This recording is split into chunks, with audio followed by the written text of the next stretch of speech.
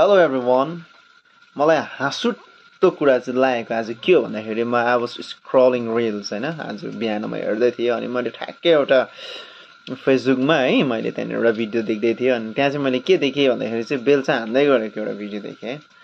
and I know that है मलाई याद छ हिजोसम्म कुन चाहिँ स्थितिमा बसिरहेको मान्छे अनि आज अलिकति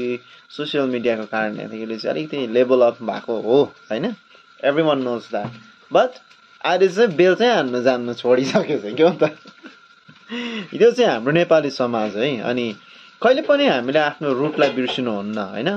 सो हामी कहाँबाट आएको हो भन्ने कुरा त हामीलाई थाहा हुनु पर्यो हाम्रो अतीत हामीलाई थाहा हुनु पर्यो नि हैन हिजो म कहाँ थिएँ म कुन ठाउँमा थिएँ र हिजो मैले के गर्दै थिएँ है म कहाँबाट आएको भन्ने कुरा त आफूलाई थाहा हुनु पर्यो नि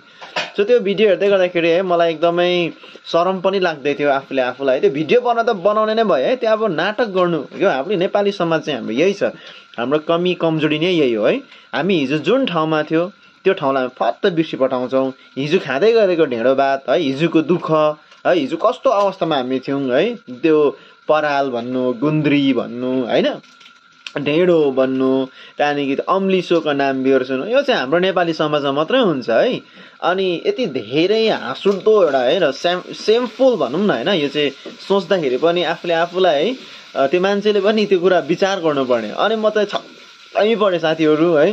यस्तो चाहिँ हुनु हुँदैन है नाटक गर्नु हुँदैन जे छ त्यो हुनु हो एउटा हैन रियल हुनु चाहिँ जरुरत छ सो अब हिजोसम्म गरेको काम कहिले पनि बिर्सिन्न लु म पनि कहिले केही काम गर्दिनँ बट जब म काम गर्नु पर्यो भने हैन म धेरै काम गर्न सक्छु बेलचा मान्न सक्छु म त्यस्तो काम गरेको छुइनँ तर स्टिल म कहिले पनि भन्दिनँ क्या म त्यो जान्दिनँ भनेर म बरु यसलाई गर्ने कोसिस गर्छु अझै राम्रो गर्ने कोसिस गर्छु अरूले भन्दा हुन्छ नि अझै कसरी चाहिँ राम्रो गर्न सक्छु भन्ने कोसिस हुन्छ हैन मेरो चाहिँ त म त्यो भिडियो त छक्कै पनि अब हिजोसम्मको अवस्थालाई चाहिँ आज केही 1 साल 2 सालको अन्तरालमा नै फट्टै बिर्सिनु आम्मा हाँसुदो कुरा हो नि हैन हिजोसम्म मैले खाना खाइरहेको छु मजाले मासु भात दम्चाइरहेको छु भोलि आज रात बितेर भोलि चाहिँ म साधु हो खानै जान्दिनँ मासुको टेस्ट कस्तो हुन्छ भन्ने जस्तै भयो नि हैन अलिकति उल्का भयो सो हाम्रो नेपाली समाजको कमी कमजोरी भनेको चाहिँ यही नै हो त्यसले गर्दाखेरि साथीहरू डोन्ट फर्गेट योर रुट है हाम्रो जरा छ नि जुन हामी कहाँबाट आएको भन्ने कुरालाई चाहिँ हामीले याद गर्नुपर्छ अनि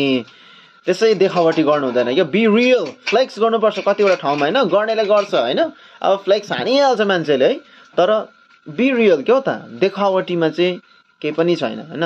जे छ नि त्यो आफ्नो भित्रबाट हुनु पर्यो हैन आफ्नो रियल हुनु पर्यो नि त सो देखावटीले चाहिँ कहिले पनि जिन्दगी चल्दैन सो हाम्रो नेपाली समाज हो है यस्तै छ के गर्नु है त ल